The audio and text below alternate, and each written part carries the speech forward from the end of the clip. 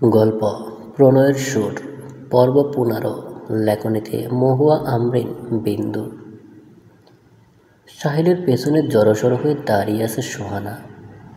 মেয়েটা এখনও যেন ভ্রম থেকে বের হতে পারছে না।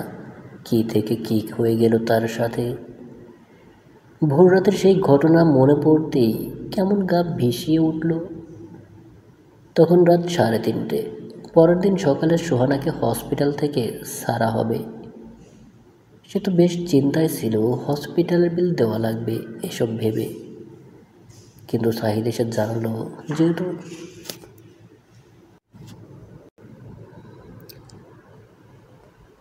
হসপিটালের একজন কর্মকর্তা, তাই তাকে ফ্রিতে চিকিৎসা দেওয়া হয়েছে। হসপিটাল কর্তৃপক্ষ থেকে সব কিছু দেওয়া হয়েছে। সোহানা যেন হাঁপ ছেড়ে বেঁচেছিল। যেখানে প্রাইভেট হসপিটালে একদিন থাকলেই প্রায় ২০,০০০-এর মতো খরচ হয়, সেখানে সে তো সপ্তাহখানেক থাকছে। তার কত টাকা আসবে ধারণা করা যায়? একজন নার্স এসে সোহানাকে চেক আপ করে গেল। সাহিল এসেছিল এর মধ্যে একবার। তার আজও নাইট ডিউটি পড়েছে। সোহানা সাহিলকে যতটা রাগী কঠোর মনে করত, মানুষটা ততটাও কঠোর না। রোগীদের ক্ষেত্রে সে একটু বেশি যত্নশীল। নিয়ম মাফিক সোহানাকে সে সাথে দেখতে আসলো সাহিল। সোহানা বিষয়টাকে তেমন খারাপভাবে নেয়নি। সাহিলের ক্ষেত্রেও তাই। সাহিল এসে সোহানার সাথে টুকটাক কথা বলল, সাথে ইরফানের কথাও জানালো। ওই ডক্টর পলাতক, হসপিটালের এমডি তার বিরুদ্ধে ব্যবস্থা নিয়েছে। পুলিশও তাকে ছাড়বে না। এর মধ্যে হঠাৎ সোহানার কিছুটা মাথা ঘুরে উঠল। সাহিল তাকে সাহায্য করার জন্য তার দিকে ঝুঁকেছে। ফলস্বরূপ তাল সামলাতে না পেরে দুজনে বেডের উপর পড়ে যায়। সে মুহূর্তে বিশ্রী ঘটনা ঘটায় অন্য এক ডক্টর। সাহিলের সম্মান পরিচিত নষ্ট করার জন্য নার্সের সাহায্য পুরো হসপিটালে রটিয়ে দেয়। সাহিল তার পেশেন্টের সাথে হসপিটালে বসেই অসামাজিক কর্মকাণ্ড করছে। বিষয়টা প্রমাণ করায় যে সে মুহূর্তে কিছু ছবি তুলে নেয়। সোহানার সম্মানের কথা চিন্তা করে বিয়েটা করতে বাধ্য হয়েছিল সাহিল। সোহানা অবশ্য সবার সামনে বলেছিল তাদের মধ্যে এমন কোনো রকম সম্পর্ক নেই।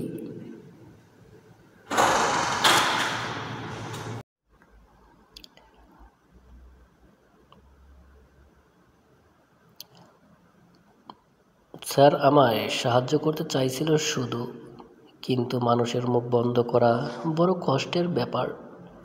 তিলকে তাল বানানো তাদের স্বভাব। যদিও বিয়েটা না করলে সাহিলের তেমন কোনো ক্ষতি হতো না। হসপিটালের মালিকপক্ষ খুব সহজেই বিষয়টা ধামাচাপা দিতে পারতেন। ভালো ডক্টরকে হসপিটাল থেকে তাড়িয়ে কেউ নিজের লস করতে চাইবে না কখনো। কিন্তু সাহিল একজন সাধারণ মেয়ের ইজ্জতের মান রক্ষা করতে বিয়েটা করলো। সে জানে না পরবর্তীতে কি হবে তার সাথে।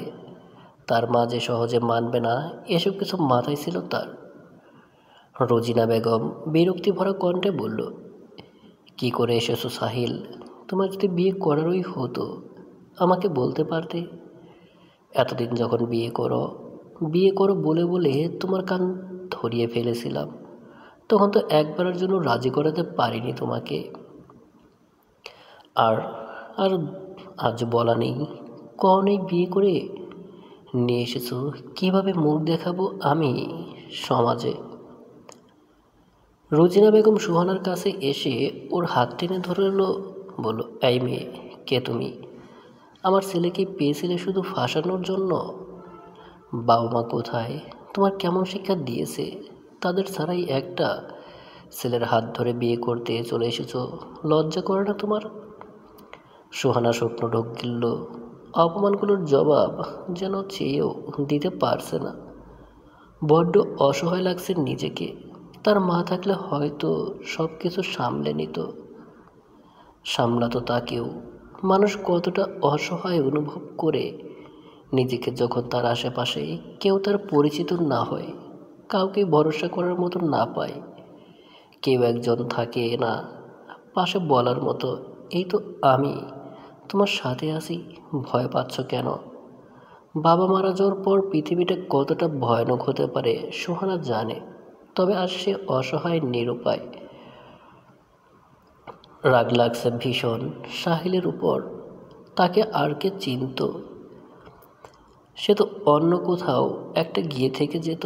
সাধারণ মানুষকেই বা মনে রাখে। কে বলছিল সাহিলকে এতটা মহান হতে? তার দিকে তো আর কেউ আঙ্গুল তুলেনি। তবে কেন?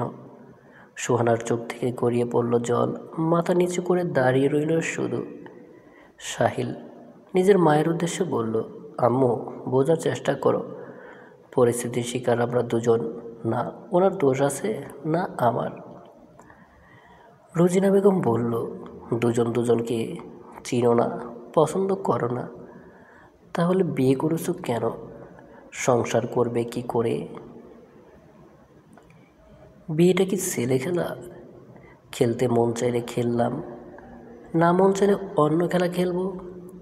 দেখো সাহিল, যাকে তাকে ধরে এনে আমার বৌমা বলে দিলে তো আর আমি মেনে নেব না। তোমাদের এই বিয়ে আমি মানতে পারছি না।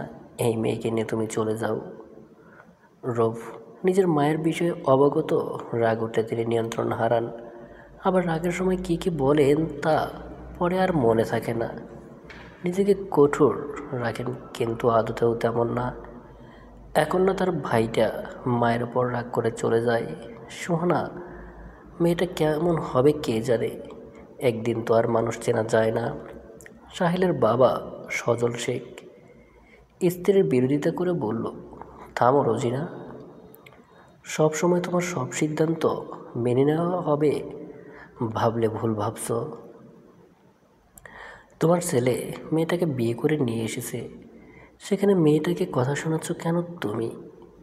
ও কি জোর করে তোমার ছেলের ঘাড়ে চড়ে বসেছে? বিয়ে যখন হয়ে গেছে, এই মেয়ে এখন থেকে এই বাড়ির বউ। আমার পুত্রবধূ আমার বাড়িতেই থাকবে, আর আমার ছেলেও। যাও, ওদের ঘরে নিয়ে যাও। রুজিনা বেগম রাগ দেখিয়ে ভিতরে চলে গেলেন। সজল দীর্ঘশ্বাস ছেড়ে নিজের বোনকে বললেন ওদের ভেতরে নিয়ে যেতে। মেহরের পাশেই মূর্তির মতো দাঁড়িয়ে। কেন যেন মেয়েটার জন্য মায়া হচ্ছে ওর। এই মেয়েটা তার ভালোবাসার মানুষকে না চাইতেও পেয়ে গেল। সে তো এত করেছেও পেল না, আর এই মেয়েটি ভুল করে পেয়ে গেল। রব মেহরিনকে বলল, মেহরিন, সোহানা ভাবিকে ভাইয়ার রুমে দিয়ে আয় যা। মেহরিনের কানে কথাটা কয়েকবার বাজল। সাহিলের বউ সোহানা যে ঘরে সে ছোট্ট সংসার সাজানোর কথা ভেবেছিল, সেই ঘরে আজ অন্য কাউকে নিয়ে যাওয়ার দায়িত্ব কিনা তার উপরেই পড়ল। কি নির্মম ভাগ্য তার। না পারা যায় সহ্য করা, না পারা যায় চিৎকার করে দুঃখ প্রকাশ করা। এই বুবা কষ্ট, বুবা কান্নার দায়ভার তো শুধু মানুষের একার, নিজের একান্ত ব্যক্তিগত। মানুষ একতরফা ভালোবাসে হয়তো এরকম দুঃখের বোঝার ভাগিদার হতে। মেহরুনের শ্বাস আটকে আসতে চাইল। শেষবারের মতো তাকালো সাহিলের সাজানো গোছানো ঘরটার দিকে, যেটা সে প্রায়ই গুছিয়ে দিত মন মতো। আজ সে চিরতরে সে অধিকার হারিয়েছে। যদিও অধিকার বোধ কোনো কালেই ছিল না। মেহরিন ফ্যাকাশে মুখ মিলন হাসি হেসে জিজ্ঞেস করল, বাড়িতে কে আছে আপনার? সাহিলকে কি করে চিনেন? যদি বলতে ইচ্ছা হয় বলতে পারেন, জোর করব না। সুহানা ছলছল চোখে তাকালো মেহরিনের কাছে। মেয়েটার চোখ জোড়া বড় অসহায় ঠেকল। সুহানা কাপা কণ্ঠে বলল, শুধু মা আছে, সে ছাড়া পৃথিবীতে কেউ নেই আমার। মেহরিন নিজেকে অনুভব করল সুহানার জায়গায়। হুট করে নিজের মাঝে নিজের মামের কথা ভাবল। মেহরিনে তো এতিম, বাবা নেই। তাকে কি কখনো মেনে নিত নিজের ছেলের বউ হিসেবে? সুহানাকেও তো মেনে নিচ্ছে না। সে কি বামন হয়ে চাঁদ ধরতে চেয়েছিল? তার তো কৃতজ্ঞ থাকা উচিত। যদি মামা মামি না থাকতো, তবে মেহরিনের জীবনও তো সুহানার মতোই হতো, অতি সাধারণ। তখন কি সে সাহিলকে ভালোবাসার মতো দুঃসাহস দেখাতো? হয়তো না। যারা মেহরিনকে দেখতে আসবে তারাও কি তাকে তার বাবা মা এই দিকে পছন্দ করবে, অপছন্দ করবে? করতেই পারে, স্বাভাবিক।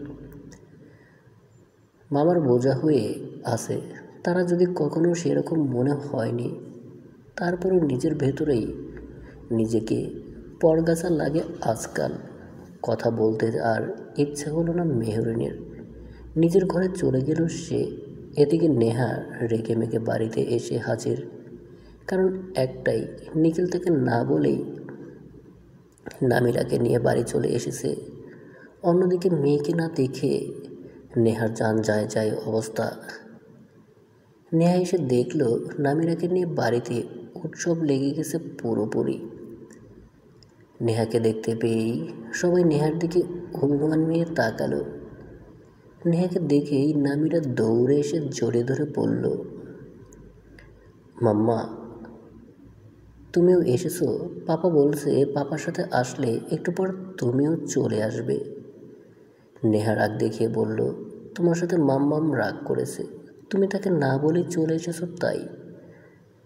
নামিরা কান ধরে বলল, আর হবে না মা, পাপা বলল তো তাই। নেহার নামিরার কথার মাঝেই সেতারা বেগম বলে উঠল, আমার নাতির ঘরের পুতিরে তুই লুকিয়ে রাখছিলি, তোর সাহস তো কম না। সাহারা বেগমও অভিমান করে বলল, আমাদেরকে একবার জানালে কি এমন হতো? বড় আপা ভাই যেন কিছু বলল না। যদি নিখিল না জানতো তাহলে কি তুই আমাদেরকে কখনো জানাতি না এত রাগ আমাদের প্রতি? জেরিন নিজুম এসে বলল, কাজটা ঠিক করেছিস নেহা বোন। নামিরা সবাইকে ধমক দিয়ে বলল, তুপ চুপ, আমার মাম্মামকে কেউ বকবে না বলে দিলাম। সেতারা বেগম বলল, দেখছিস পুচকেটা কয় কি? নামিরা দুহাত কোমরে রেখে বলল, তুমি কে? আমার মাম্মামকে কিছু বললে কিন্তু আমরা চলে যাব। শুধু দাদু ভাই দিদি ভাই ভালো, তোমরা সবাই পচা।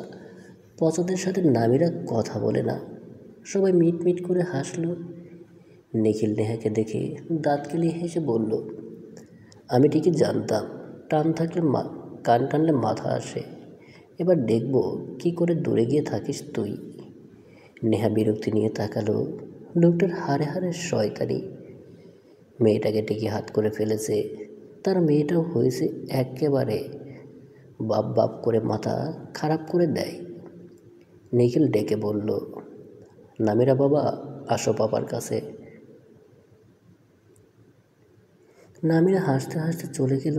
নেহা সেদিকে তাকিয়ে দেখল শুধু, কিন্তু নিখিল তো নেহাকে বেঞ্চি কেটে চলে গেল। নেহা গাল ফুলিয়ে বসে পড়ল সোফায়। ডেকে বলে উঠল, বড় মা তোমার ছেলেকে বলো আমার মেয়েকে দিতে, না হয় বেশি ভালো হবে না কিন্তু। নিখিল ওপর থেকে বলে উঠল, এই এমন ভাব করছিস মেয়ে কি তোর একার? হ্যাঁ হ্যাঁ একা। একা কি তোর পেটে চলে এসেছিল নাকি? নেহা কানে হাত দিয়ে বলল, চুপ করুন অসভ্য লোক। বরাব্বু তুমি কোথায়? তোমার ছেলেকে কিছু বলো বলছি, আমার কিন্তু রাগ উঠছে এখন। বাড়ির সবাই অনেকদিন পর নেহা নিখিলকে ঝগড়া করতে দেখেছে।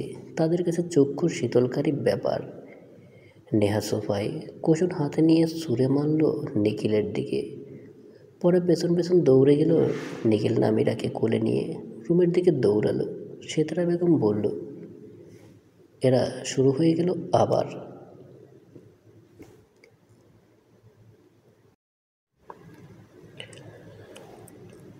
দুপুর হয়েছে। রাহা অথবা নেহা এসেছে ভেবেই দ্রুত দরজা খুলল তাহমিদা বেগম।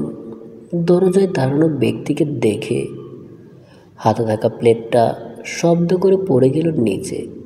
শহীদুল চৌধুরী এসেছে। কতদিন পর মানুষটার মুখোমুখি হলো তাহমিদা। অভিমানগুলো যেন এত বছর পর আবার মাথাচাড়া দিয়ে উঠে দাঁড়ালো। শহীদুল চৌধুরী ডেকে উঠল, তাহমিদা।